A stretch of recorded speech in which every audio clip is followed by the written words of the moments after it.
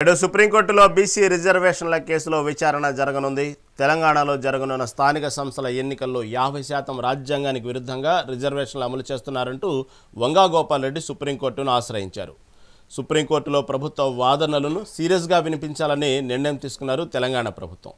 EC తరపున అభిషేక్ సింఘ్వి, సిద్ధార్థ దవే వాదనలు వినిపించనున్నారు. నిన్న రాత్రి తెలంగాణ మంత్రులు భట్టి విక్రమార్క, పొన్నం ప్రభాకర్, వాకటి శ్రీహరి ఢిల్లీకి చేరుకున్నారు. దీని గురించి మరింత సమాచారం మా రిపోర్టర్ హారిక అందిస్తారు.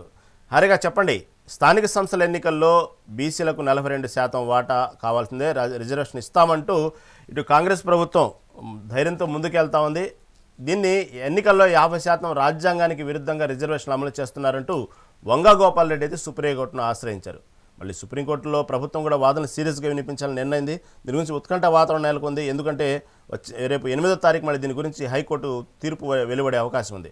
ఈ పరిణామాల మీద ప్రస్తుతం తాజా అప్డేట్స్ ఏంటి? అయితే సుప్రీంకోర్టుకి చేరిందని చెప్పుకోవాలి. బీసీలకు 42% రిజర్వేషన్లు అమలు చేయాలని తెలంగాణ ప్రభుత్వం అసెంబ్లీలో బిల్లును తీసుకొచ్చిన విషయం తెలిసిందే. అయితే దీని మీద హైకోర్టు స్థానిక ఎన్నికల మీద ఇచ్చిన ఉత్తర్వులను సవాల్ చేస్తూ వంగ గోపాల్ రెడ్డి 29వ తేదీన సుప్రీంకోర్టును ఆశ్రయించారు. అయితే తెలంగాణలో జరగబోతున్న ఈ స్థానిక సంస్థల ఎన్నికల్లో రాజ్యాంగానికి విరుద్ధంగా ప్రభుత్వం రిజర్వేషన్లు అమలు చేస్తున్నారంటూ చెప్తున్నారు. అయితే ఈ రోజు అంటే ఈ అక్టోబర్ 6వ రోజు బీసీ రిజర్వేషన్ల మీద అత్యున్నత న్యాయస్థానం విచారణ చేయబోతోంది అని చెప్పేసి తెలుస్తుంది. అయితే సుప్రీంకోర్టులో బీసీ రిజర్వేషన్ల పిటిషన్ మీద CM Revanth Reddy, deputy CM బట్టి స్పెషల్ ఫోకస్ పెట్టిరని చెప్పుకోవాలి. అయితే ఈ సందర్భంగా ఇటు సుప్రీంకోర్టులో కూడా ప్రభుత్వ వాదనలు గట్టిగా వినిపించాలని నిర్ణయం తీసుకుంది. అయితే గత రాత్రి బీసీ మంత్రులతో కలిసి డిప్యూటీ సీఎం బట్టి ఢిల్లీకి బయలుదేరి వెళ్లారు. అయితే ప్రభుత్వం పార్టీ పరంగా తీసుకెళ్లాల్సింది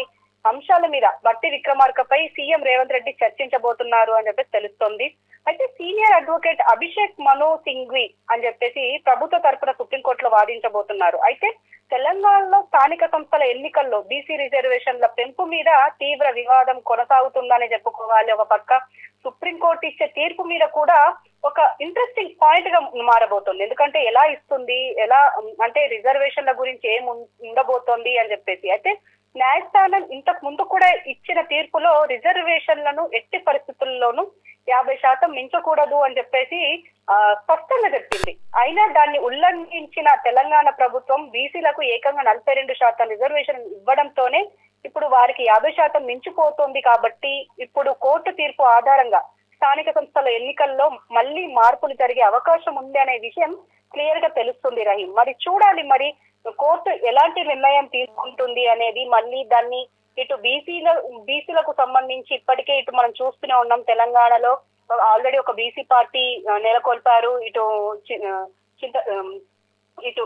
తిరుమల మల్లన్న ఆల్రెడీ బీసీల కోసమే నేను పోరాడతానని చెప్పేసి జాగృతి అధ్యక్షురాలు కవిత అంటున్నారు. మరి చూడాలి అంటే వీళ్ళు ఎలా తీసుకుంటారు, మరి సుప్రీంకోర్టు ఎలాంటి తీర్పు ఇస్తుంది, అలాగే ఇటు తెలంగాణ ప్రభుత్వం కాంగ్రెస్ ఎలా స్వాగతిస్తుంది అనేది ఇప్పుడు ఈ తీర్పు మీద ఆధారపడి ఉంది. Rahim, right Harika, right. Thank you for update.